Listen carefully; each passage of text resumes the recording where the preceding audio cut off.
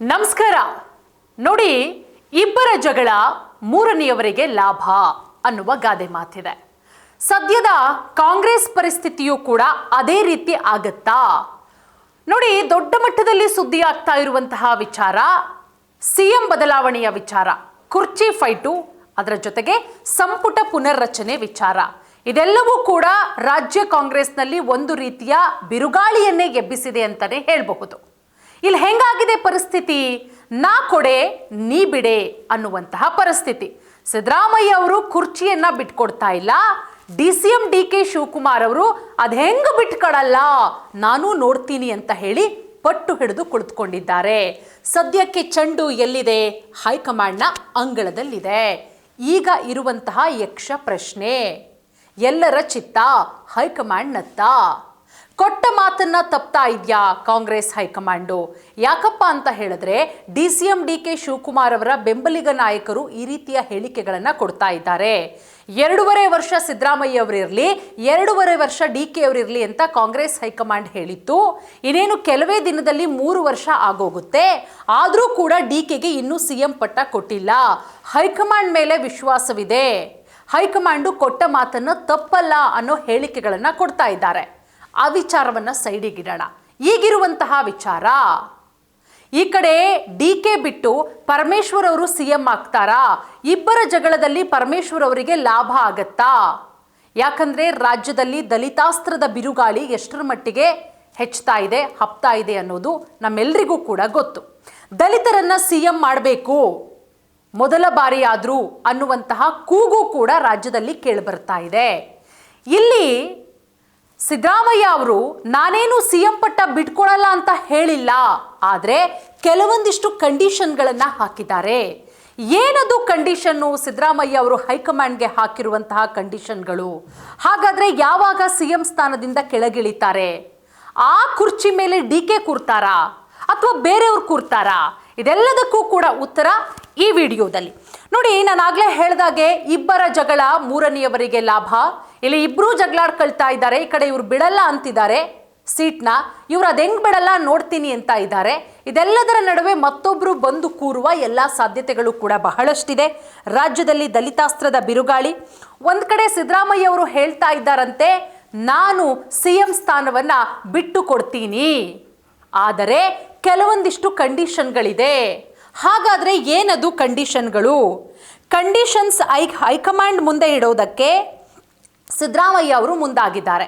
ಹಾಗಾದ್ರೆ ಸಿದ್ದರಾಮಯ್ಯ ಹಾಕಿರುವಂತಹ ಕಂಡೀಷನ್ಸ್ಗಳಾದ್ರೂ ಯಾವುದೆಲ್ಲ ಇದೆ? ಹೈಕಮಾಂಡ್ ಮುಂದೆ ದಲಿತಾಸ್ತ್ರ ಪ್ರಯೋಗಕ್ಕೆ ಸಿದ್ಧರಾಗಿದ್ದಾರೆ, ಅಂದರೆ ಅಹಿಂದ ನಾಯಕರಾಗಿದ್ದಾರೆ ಸಿದ್ದರಾಮಯ್ಯ ಅವರು.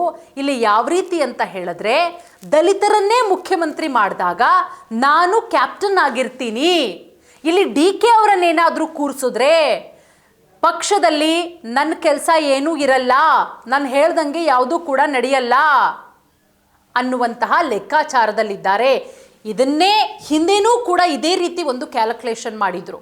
ಇನ್ ಕೇಸ್ ನಾನು ಬಿಟ್ಕೊಟ್ರು ಕೂಡ ನನ್ನ ಮಗನಿಗೆ DCM ಪಟ್ಟ ಕೊಡಬೇಕು ಅಂತ ಹೇಳಿ ಅದೊಂದು ಕ್ಯಾಲ್ಕುಲೇಟ್ ಮಾಡಿದ್ರು. ಯಾಕೋ ಅದು ಕರೆಕ್ಟಾಗಿ ವರ್ಕೌಟ್ ಆಗಲಿಲ್ಲ. ಯಾಕಂದರೆ ಯತೀಂದ್ರ ಸಿದ್ದರಾಮಯ್ಯ ಅವರಿಗೆ ರಾಜಕೀಯದಲ್ಲಿ ಅನುಭವ ಬಹಳಷ್ಟು ಕಡಿಮೆ ಇದೆ. ಇಲ್ಲಿ ಅಹಿಂದ ನಾಯಕರಾಗಿ ಗುರುತಿಸ್ಕೊಂಡಿರುವಂತಹ ಸಿದ್ದರಾಮಯ್ಯ ಅವರು, ಅವರ ಮುಂದಾಳತ್ವ, ಅವರ ಲೀಡರ್ಶಿಪ್ಪು, ಪಕ್ಷದಲ್ಲಿನ ಅವರ ಹಿಡಿತ ಅದೇ ರೀತಿ ಇರಬೇಕು ಅಂತ ಹೇಳಿದ್ರೆ ದಲಿತರನ್ನ ಮುಖ್ಯಮಂತ್ರಿಯನ್ನಾಗಿ ಮಾಡಬೇಕು. ಯಾರಿದ್ದಾರೆ? ಗೃಹ ಸಚಿವರಾದಂತಹ ಪರಮೇಶ್ವರ್. ಗೃಹ ಸಚಿವ ಪರಮೇಶ್ವರ್ ಅವರೇನಾದರೂ CM ಆದರೆ ಆ ಹಿಡಿತ ಸಿದ್ದರಾಮಯ್ಯ ಅವರ ಕೈಯಲ್ಲೇ ಇರುತ್ತೆ. ಈ ರೀತಿಯ ಲೆಕ್ಕಾಚಾರವನ್ನ ಹಾಕಿದ್ದಾರೆ CM ಸಿದ್ದರಾಮಯ್ಯ ಅವರು. ನೋಡಿ, ರಾಹುಲ್ ಗಾಂಧಿ ಓಕೆ ಅಂದ್ರೆ ಕುರ್ಚಿಯಿಂದ ಇಳಿಯೋಕೆ ರೆಡಿ ಇದ್ದಾರೆ. ಅದು ಯಾವ ಕ್ಷಣದಲ್ಲಿ ಬೇಕಾದರೂ ಅಷ್ಟೇನೆ. ಎಲ್ಲ ನೀವು ಇಳಿದು ಬಿಡಿ ಅಂದ್ರೆ ಇಳಿಯೋದಕ್ಕೆ ರೆಡಿ, ನಾಳೆನೂ ಕೂಡ ರೆಡಿ ಇದ್ದಾರೆ. ಆದರೆ ರಾಹುಲ್ ಗಾಂಧಿ ಅವರ ಮುಂದೆ ಕೆಲವೊಂದಿಷ್ಟು ಕಂಡೀಷನ್ಗಳನ್ನು ಹಾಕಿದ್ದಾರೆ. ಯಾವುದು ಅಂತ ಹೇಳಿದ್ರೆ, ಸಾಹೇಬ್ರೆ ನೀವು ಓಕೆ ಅಂದರೆ ನಾನು ಕುರ್ಚಿಯಿಂದ ಇಳಿತೀನಿ, ಆದರೆ ದಲಿತರನ್ನೇ CM ಮಾಡಬೇಕು. ಗೃಹ ಸಚಿವ ಪರಮೇಶ್ವರ್ ಅವರನ್ನ CM ಮಾಡಿ. ಯಾಕೆ? ನಾನು ಹಿಂದಿನ ವಿಡಿಯೋದಲ್ಲೂ ಕೂಡ ನಿಮಗೆ ಹೇಳಿದ್ದೆ. ನೋಡಿ, ಸಿದ್ದರಾಮಯ್ಯ ಅವರು ಬಿಟ್ಟರೂ ಕೂಡ ಅವರ ಬೆಂಬಲಿಗರು ಬಿಡೋದಕ್ಕೆ ರೆಡಿ ಇಲ್ಲ. ಇಲ್ಲ ಸಾಹೇಬ್ರೆ, ನೀವು ಯಾವುದೇ ಕಾರಣಕ್ಕೂ ಕೂಡ CM ಸ್ಥಾನ ಬಿಡಬೇಡಿ, ಹಂಗೂ ಹಿಂಗೂ ಮಾಡಿ ಇನ್ನು 2 ವರ್ಷ ಕಂಪ್ಲೀಟ್ ಮಾಡಿಬಿಡಿ, ರೆಕಾರ್ಡ್ ಬ್ರೇಕ್ ಮಾಡ್ದಂಗೆ ಆಗ್ಬಿಡುತ್ತೆ, ನೀವು ರೆಕಾರ್ಡ್ ಮಾಡಿಬಿಡ್ತೀರಾ. ಇನ್ ಕೇಸ್ ಬಿಡುವಂತಹ ಸಿಚುವೇಶನ್ ಏನಾದರೂ ಬಂದರೆ, ಅಂತಹ ಸಂದರ್ಭ ಬಂದರೆ ನೀವು ಯಾವುದೇ ಕಾರಣಕ್ಕೂ ಕೂಡ DKನ CM ಮಾಡಬೇಡಿ, ಪರಮೇಶ್ವರ್ ಅವರನ್ನ CM ಮಾಡಿ. ಅಲ್ಲಿಗೆ ಪಕ್ಷದಲ್ಲಿ ನಿಮ್ಮ ಹಿಡಿತ ಅದೇ ರೀತಿ ಮುಂಚೆ ಹೇಗಿತ್ತೋ ಹಾಗೇ ಇರುತ್ತೆ. ಮುಂದಿನ CM ಪರಮೇಶ್ವರ್ ಅವರಾಗಲಿ ಅಂತ ಹೇಳಿ CM ಸಿದ್ದು ಈಗ ಆಲ್ರೆಡಿ ಷರತ್ತು ಹಾಕಿದ್ದಾರಂತೆ ಕಾಂಗ್ರೆಸ್ ಹೈಕಮಾಂಡ್ ಮುಂದೆ. ಮತ್ತೊಂದು ಮುಂದುವರೆದ ಬೆಳವಣಿಗೆ, ಈಗ ಆಲ್ರೆಡಿ ಈ CM ಕುರ್ಚಿಯ ವಿಚಾರ ಹೈಕಮಾಂಡ್ ಅಂಗಳಕ್ಕೂ ಕೂಡ ತಲುಪಿರೋದ್ರಿಂದ ಅದೆಲ್ಲದರ ನಡುವೆ ಸಿದ್ದರಾಮಯ್ಯ ಹಾಗೆ ಪರಮೇಶ್ವರ್ ಅವರ ನಡುವೆ ಸೀಕ್ರೆಟ್ ಮೀಟಿಂಗ್ ಆಗಿದೆ ಅನ್ನುವಂತಹ ವಿಚಾರ. ನೋಡಿ, ಒಟ್ಟಾರೆ ಈ ಪಂಚರಾಜ್ಯಗಳ ಫಲಿತಾಂಶದ ನಂತರ 4ನೇ ತಾರೀಕಿನ ನಂತರ ಒಂದಷ್ಟು ಬೆಳವಣಿಗೆಗಳಾಗೇ ಆಗತ್ತೆ.